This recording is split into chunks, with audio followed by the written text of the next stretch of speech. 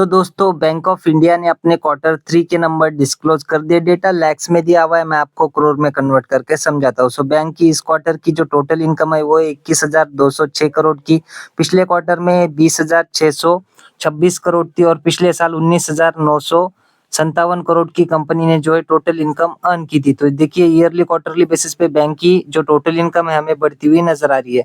Interest income की बात करें तो इस क्वार्टर की 18,927 करोड़ की, पिछले क्वार्टर में 18,406 करोड़ थी और पिछले साल 18,210 करोड़ की इंटरेस्ट इनकम बैंक ने अर्न की थी। सो ईयरली क्वार्टरली इंटरेस्ट इनकम भी हमें बैंक की बढ़ती हुई नजर आ रही है।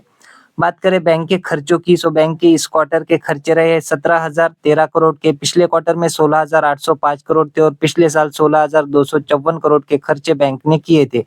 सो ईयरली क्वार्टरली बैंक के खर्चे भी हमें उसी प्रकार से बढ़ते हुए नजर आ रहे हैं।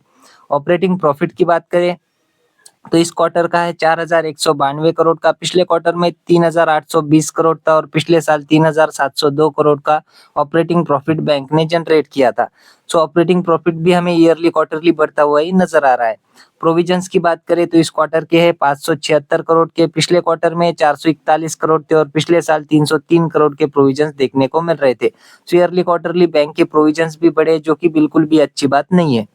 बात करें बैंक के नेट प्रॉफिट की, सो दोस्तों बैंक का इस क्वार्टर का प्रॉफिट रहा है 2,704 करोड़ का, पिछले क्वार्टर में ये था 2,554 करोड़ का और पिछले साल 2,516 करोड़ का कंपनी ने नेट प्रॉफिट जनरेट किया था। तो ईयरली क्वार्टरली बैंक का जो नेट प्रॉफिट है वो भी हमें अच्छा खासा बढ़ता हुआ नजर आ रहा है।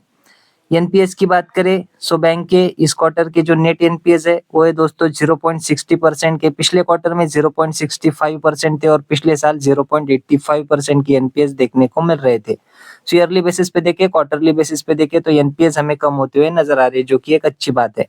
ईपीएस की बात करें तो इस क्वार्टर का ईपीएस है 5 रुपए 94 पैसे का, पिछले क्वार्टर में 5 रुपए 61 पैसे था और पिछले साल 5 रुपए 53 पैसे का ईपीएस बैंक ने जनरेट किया था। सो ईयरली क्वार्टरली बैंक का ईपीएस भी अच्छा खासा ग्रो होता हुआ नजर आ रहा है।